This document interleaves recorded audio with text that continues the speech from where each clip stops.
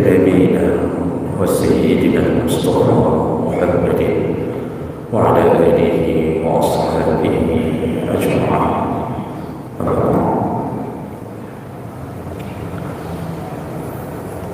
Jemaah salat subuh, bapak-bapak dan ibu-ibu yang Allah muliakan insyaallah. Di beberapa pertemuan sebelumnya kita membahas tentang amalan-amalan yang paling dibenci oleh syaitan. Dan pertemuan kita yang terakhir 2 minggu yang lalu, di antara amalan yang paling dibenci syaitan yaitu orang-orang yang senantiasa membaca Al-Quran, dan ketika dia mengulang-ulang Quran bertemu dengan surat Al-Baqarah, kata Nabi, syaitan melarikan diri di rumah yang di dalamnya ada bacaan Al-Baqarah. Itu salah satu surat yang paling ditakuti oleh syaitan. Di dalamnya juga ada ayat kursi yang juga membuat syaitan tak mampu bertahan dimanapun kalau seseorang membaca ayat kursi. Makanya sekali lagi, jangan pernah absen berzikir dengan ayat kursi setiap lepas salat 5 waktu. Salah satu zikir yang banyak ditinggalkan oleh umat Muhammad di masjid-masjid yaitu membaca ayat kursi. Padahal dia termasuk zikir yang dirutinkan oleh Nabi sallallahu alaihi wasallam. Rasulullah mengatakan, man qara'a ayat al-kursi, barang siapa yang membaca ayat kursi dubur as-salawatil mafruḍah, setiap selepas salat fardu.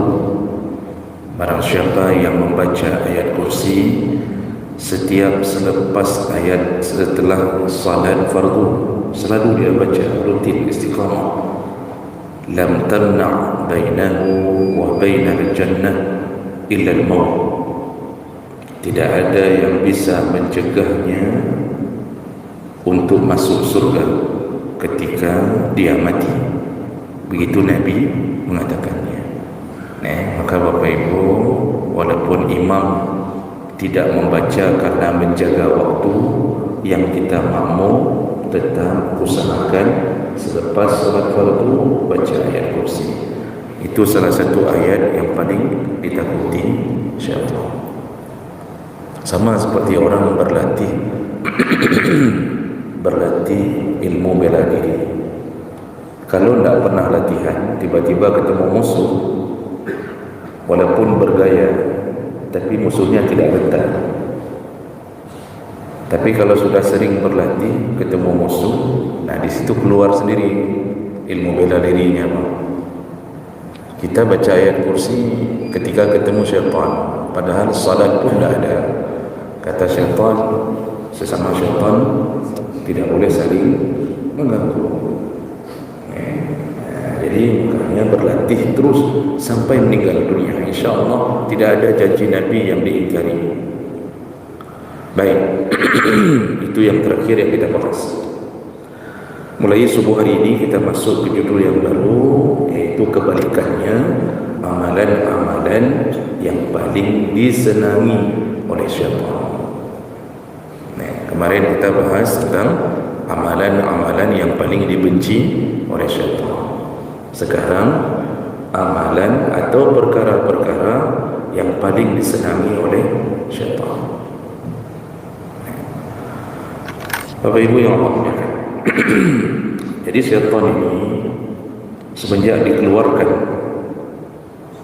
dari surga dan dikutuk oleh Allah, mereka itu punya dendam kesumat kepada umat Muhammad, kepada anak Adam.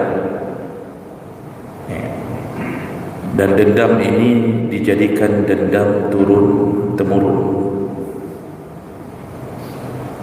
Jadi golongan makhluk ini, dia ada yang kafir, ada yang muslim.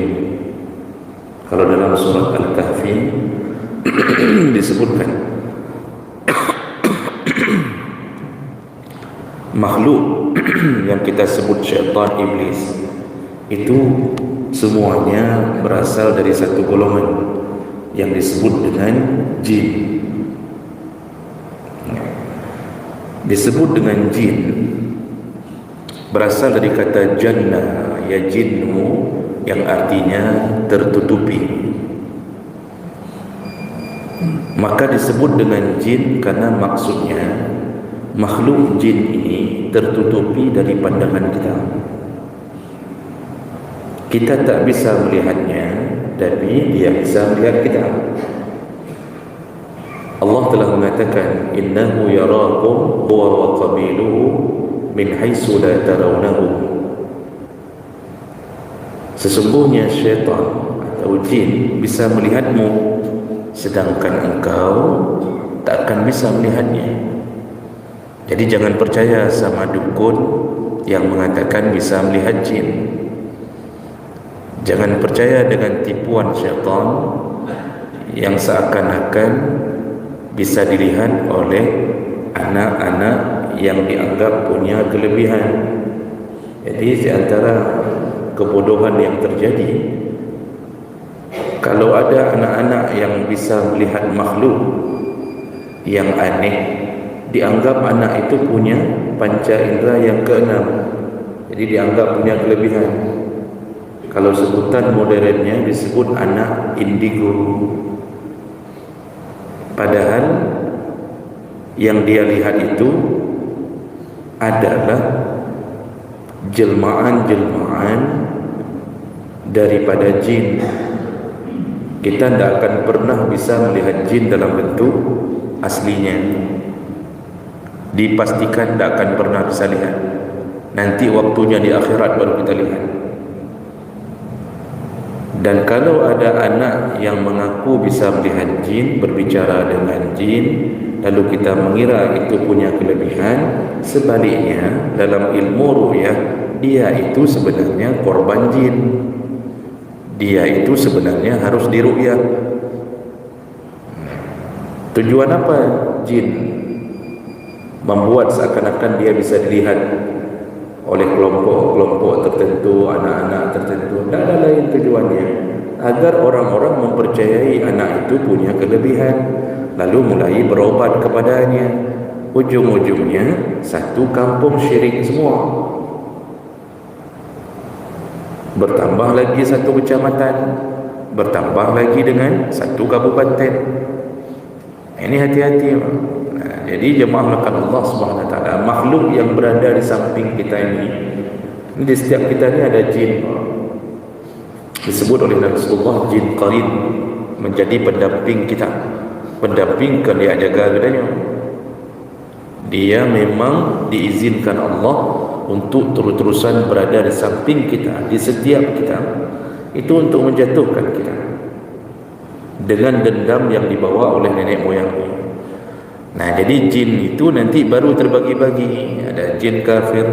Jin kafir itu nanti masuk ke dalam golongan iblis sebagai senior. Lalu turunan-turunannya yang mengikuti jalan iblis nanti disebut dengan syaitan. Tapi juga ada jin muslim. Ini disebut dalam surat jin. Jin muslim ini golongan yang dulu ketika Nabi masih hidup, mereka memulai keislamannya setelah mendengarkan Nabi membaca Al-Quran. Setelah itu mereka minta kepada Nabi untuk mengajarkan mereka Islam. Makanya Nabi ada waktu tertentu itu mengajarkan jin tentang Islam. Nabi itu diutuskan bukan hanya untuk manusia, untuk semua golongan, termasuk jin. Nah, jadi jemaah Allah, kalau kita persentasekan atau persentasekan,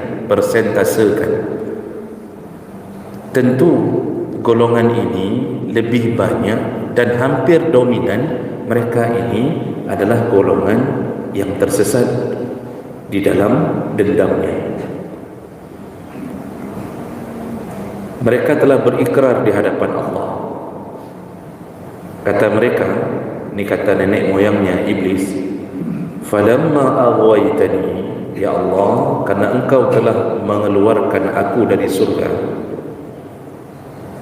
maka mulai hari ini izinkan aku untuk mendatangi anak Adam. Akan kudatangi mereka dari depan mereka, dari belakang mereka, dari kanan mereka, dari kiri mereka. Kudatangi mereka. Tak bisa dari depan, dari belakang. Tak bisa dari belakang, dari kanan. Tak bisa kanan, dari kiri. Jadi dia nekat betul ni, Pak. Kita ni tak ada lepas-lepas sama syaitan. Sampai kita ini mengikuti hasil kutukan terhadap mereka, kita ikut bersama mereka ke dalam neraka. Itu tujuan mereka. Mereka sudah tahu diri bahawa mereka ni tak bisa masuk surga, terkutuk. Makanya Allah saja menyebutkan kalimah, waktu menyebut kalimah ta'awuz, a'udzu billahi minasyaitani ar-rajim. Allah sebut ar-rajim. Itu memang sudah dikutuk, terlaknat. Maka mereka mencoba membawa kita sebanyak-banyaknya ke dalam neraka. Tidak akan berhenti perjuangan mereka. Lebih hebat dakwahnya para syaitan daripada dakwahnya para ustaz atau dengku. Di Kedanyu yang diberi ilmu agama oleh Allah, diberi izin untuk berdakwah, itu tak sanggup berdakwah terus-terusan. Bahkan kita kadang-kadang tersinggung, Pak. Kalau ada orang yang kita dakwahkan mengatakan urusankah, misal kita kasih tahu orang dengan amalan yang sederhana. Misal ni ada orang sedang minum dengan tangan kiri, lalu kita dakwahkan, kita bilang jangan minum dengan tangan kiri, karena syaitan yang minum dengan tangan kiri. Dijawab, urusankah? Jaro-jaro ke urusankah? Kira-kira kalau bapak jadi pendakwah, apa kira-kira apa perasaan? Begitu kita sudah bilang jangan minum dengan tangan kiri, disahutnya apa? Apa urusanmu? Air-airku, tangan-tanganku. Suka-suka akulah mau minum dengan tangan. Kira-kira apa perasaan seorang pendakwah itu? Dia akan menjawab, kaji, urusankah, hai kiri engkau. Dia akan mengatakan, udah, tak usah ini lagi, saya pun tak akan peringatkan kamu lagi. Urusankah, kemakekah, macam-macam pendakwahnya pun ikut-ikut. Dan di situ berhenti dakwah. Itu kalau manusia. Coba bapak berhubungan dengan syaitan, diajak oleh syaitan, minumlah dengan tangan kiri. Ini dibisik sama syaitan ni. Lalu kita menyadari misal bisikan itu, kita jawab, urusankah? Kah jin? Kah syaitan? Nah, misal kita jawab begitu, kamu tak usah atur-atur saya. Misal kita berjumpa dengan syaitan, apakah syaitan akan berputus asa seperti berputus asanya pendakwah dari golongan manusia? Apakah syaitan akan mengatakan, okey, sudah cukup, saya tidak akan goda kamu lagi? Apakah begitu, Pak? Tidak akan, Pak. Sebelum kita mati, dia terus berjuang untuk memasukkan kita ke neraka. Dia bisikkan hari ini tidak berhasil, dia datang lagi di 1 jam kemudian. Tak berhasil, dia datang besok. Tak berhasil, dia datang lusa. Tak berhasil, minggu depan. Terus, bulan depan, tahun depan. Diajak terus-terusan berzina, menonton pornografi. Hari ini kita tak berhasil, digoda syaitan, berhasil besok hari. Begitu. Makanya perjuangan syaitan memasukkan kita ke neraka itu lebih hebat daripada perjuangan para pendakwah untuk mengajak ke surga. Hati-hati. Allah Subhanahu wa taala itu telah mengatakan di dalam surat Al-A'raf ayat 27, kata Allah, ya bani Adam, wahai anak Adam, la yaftinannakumus syaitan kama akhraja abawaikum minal jannah. Kata Allah, hati-hati anak Adam, syaitan akan berusaha mengeluarkan engkau dari surga sebagaimana dia pernah berhasil mengeluarkan ayahmu dari surga. Nabi Adam dicipta di dalam surga, hatinya penuh dengan kebaikan, sempurna, ciptaan paling sempurna fisiknya itu Nabi Adam. Dalam surga dicipta, tetapi Masya Allah berhasil dikeluarkan oleh syaitan dari dalam surga. Kita yang belum masuk surga jauh sekali dengan model Adam. Begitu mudahnya syaitan akan membuat kita tidak masuk surga.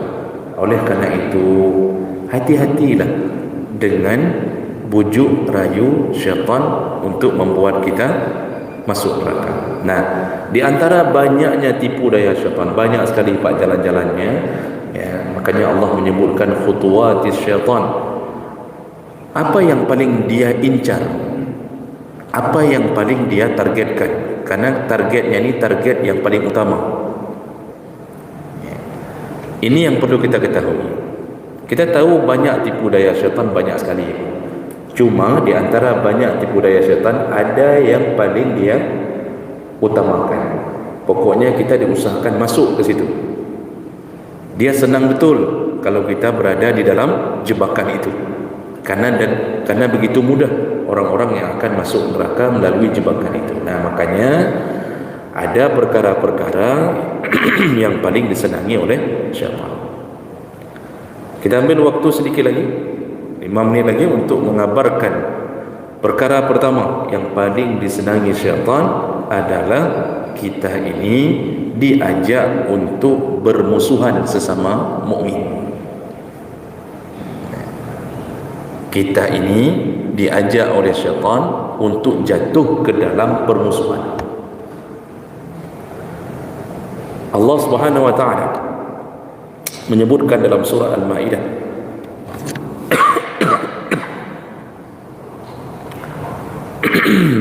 kata Allah, innama yuridu syaitan ayyuqi'a bainakumul adawata wal baghdha. Sesungguhnya kata Allah, yuridu syaitan, syaitan itu sangat-sangat menginginkan agar engkau jatuh ke dalam adawah, permusuhan, wal baghdha, dan saling bersengketa, saling marah. Ini paling disenangi syaitan. Bapak Ibu, dalam ilmu bahasa Arab, kalau dipakai kalimat innama, ni kalau misalnya bahasa Arab sedikit ni, kalau pakai inna itu artinya menguatkan, litaukid, artinya sesungguhnya. Tapi kalau ditambah ma, innama, itu litaukid, untuk menguatkan lalu membatasi. Maksudnya betul-betul dia akan berjuang untuk itu. Apa perjuangan syaitan? Yuqi'a bainakumul adawah, kata Allah. Ini kasih tahu Allah. Allah yang tahu betul tentang bagaimana usaha syaitan. Dia akan membuat kamu akan jatuh dalam permusuhan. Makanya salah satu jalan permusuhan yang paling mudah dilakukan syaitan disambung oleh Allah, fil khamri wal maisir, yaitu ketika engkau mengkonsumsi khamar dan mulai bermain judi. Nah, ini tentu disesuaikan dengan masa lalu. Syaitan ketika melihat, pertama dia bujuk orang untuk minum khamar. Jadi ini ada sesama besti peminum khamar. Ini sesama besti peminum khamar. Ini cukup ke? Jadi mari, ayolah kita minum, ayolah begini. Begitu sudah mabuk, cukup banyak kasus setelah mabuk bermusuhan, bunuh-membunuh, bertengkar, karena akal sudah tak sehat. Lalu kemudian orang mabuk ni pulang ke rumahnya, lalu mengamuk-mengamuk, dipukulnya istrinya, dipukulnya anak-anaknya, lalu kemudian istrinya pun menjadi musuhnya, ditangani sama tetangga, tetangga pun dicacinya, akhirnya dengan khamar bermusuhan di mana-mana. Begitu juga dengan maisir, kata Allah, judi itu penyebab permusuhan, ngajak saling bertaruh untuk berjudi, begitu kalah timbul kebencian, kurang bayaran bunuh, begitu keadaannya. Nah, itu yang disebut Allah salah satu jalan yang paling mudah menjatuhkan manusia dalam permusuhan. Nah, Bapak Ibu, ada hadis Nabi SAW yang mengatakan begini, hadis riwayat Muslim, inna syaitan qad aisa ayya'budahul musallun fi jaziratil Arab. Kata Nabi, syaitan tu dah putus asa, tak sanggup lagi mengajak orang-orang Arab yang salat menyembahnya. Dulu kan Arab itu Pak semua menyembah berhala, dan berhala itu hasil tipu daya syaitan. Begitu datang Nabi, 23 tahun Nabi berdakwah, menyebabkan orang Arab meninggalkan berhala. Nah, ditinggalkan berhala, tidak ada lagi berhala yang disembah. Berhala terakhir yang disembah ketika menaklukkan kota Mekah, ada sekelompok kecil orang Mekah yang melarikan diri ke pinggiran Mekah, lalu mereka membuat berhala baru. Ini melarikan diri nih, Nabi sudah kuasai kota Mekah, sekelompok kecil ni melarikan diri lalu buat berhala baru. Nah, kemudian mereka dengan berhala baru ni menyembah, dia sembah lagi. Nabi mengutus Khalid bin Walid. Kata Nabi, kalau mereka perangi mereka, kalau mereka melawan, kalau mereka tak melawan, maka suruh bayar pajak kalau mau tinggal di negeri Islam. Nah, tapi ajak mereka masuk Islam. Lalu pukullah, tebaslah berhalanya, kata Nabi. Disuruh tebas. Wahai Khalid, nanti kalau engkau tebas berhala, kalau keluar sesuatu, ikut tebaslah dia. Apa-apa yang keluar dari berhala itu tebaslah, kata Nabi. Khalid membawa pasukan. Sekelompok kecil itu yang mudah sekali dibasmi oleh Khalid bin Walid. Lalu ditemukanlah berhala itu, dihancurkan. Nah, begitu dihancurkan, keluar sesosok perempuan. Saya tidak bilang berambut panjang, bergigi taring, terbayang kuntilanak. Keluar sesosok perempuan, begitu dalam hadis disebutkan, sesosok perempuan keluar dari berhala. Lalu begitu Khalid melihat sosok perempuan keluar dari berhala, ditebas oleh Khalid, matilah perempuan ini, lalu menghilang. Khalid pulang ke Madinah, lalu bertanya ke Nabi, pulang kembali ke hadapan Nabi, waktu itu masih di Mekah. Kata Khalid, ketika aku tebas berhala itu, ternyata keluar sesosok perempuan, aku tebas lagi. Kata Nabi, tahukah engkau siapa dia? Tidak tahu ya Rasulullah. Apa jawaban Nabi?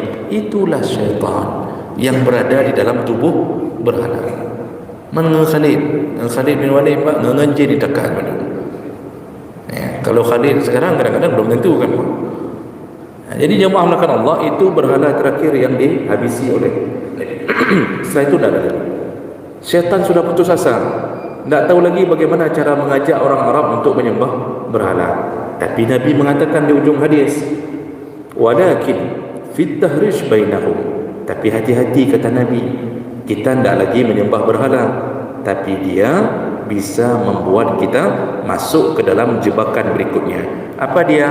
At-tahrish, saling bermusuhan.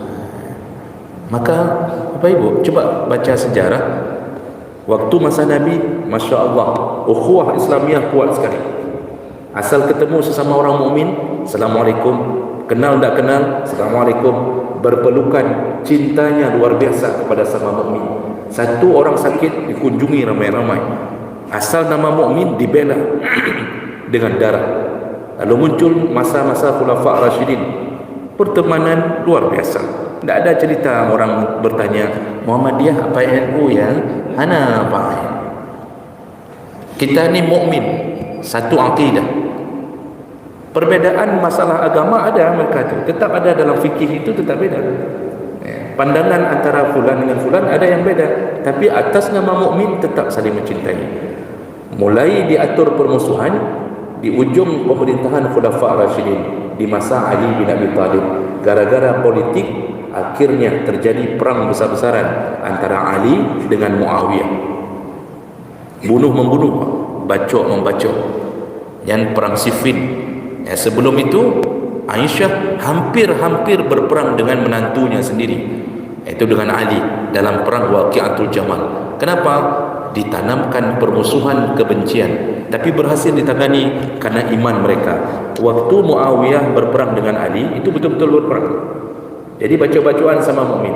Kalau di masa itu sudah mulai bermusuhan, jangan tanya sekarang. Makanya hati-hati. Kita ini memang mungkin tidak bisa menghindari permusuhan, tapi jangan mencoba untuk membangkitkan permusuhan. Haram masuk surga provokator yang mengajak benci sesama mukmin. Haram. Dah pegah bagomnya, yang tak perang yang mendak, yang tak puas mati. Pak, iman itu baru dianggap sempurna kalau kita bisa mencintai sesama mukmin sebagaimana kita mencintai diri sendiri. Jadi jangan gara-gara suku kita membenci. Suku itu tidak ada urusan dengan kebencian. Tidak ada urusan. Jadi jangan kita benci suku fulan, fulan pun benci kita. Coba lihat hari ini Pak, bagaimana provokasi untuk membenci. Selama mukmin tetap ada jaminan masuk surga. Dan saya tutup tausiah pagi hari ini. Yang paling bodoh benci karena urusan-urusan khilafiyah. Yang kunut benci kepada yang tidak kunut. Yang tidak kunut benci kepada yang kunut. Yang cukup bangai ibunya. Habis bangai ibunya. Maka di mana-mana masjid Pak, bukan di sini saja, di masjid manapun saya berdiri, tetap saya mengajak untuk bersatu. Jangan jadikan khilafiyah sebagai asal untuk bermusuhan. Masalah orang berbeza pandangan dengan kita, kita tanya, Tuhanmu siapa? Allah. Nabimu Muhammad. Masalah beda cara duduk. Yang satu goyang-goyang, yang satu tepat saja. Nanti ada yang duduk waktu solat subuh, duduknya bukan tahiyat seperti tahiyat akhir, duduk seperti tahiyat awal. Yang mandum itu ada hadis-hadisnya. Kita cukup hanya menuntut ilmu. Makin tinggi ilmu kita, maka makin lapang dada kita menerima perbedaan. Makanya yang sering bermusuhan ini Pak, mohon maaf saya bilang, ini pion-pion Pak. Ngaji tak pernah. Dia tak tahu bahawa ada pandangan lain selain pandangan dia.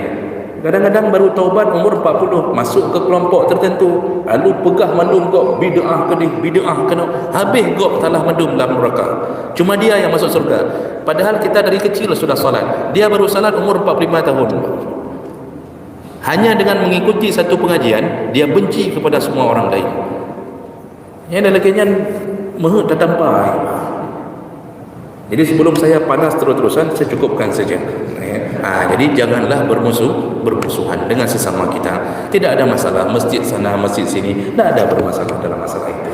Mudah-mudahan bermanfaat. Subhanakallahumma bihamdik, asyhadu an la ilaha illa anta, astaghfiruka wa atubu ilaik. Wassalamualaikum warahmatullahi wabarakatuh.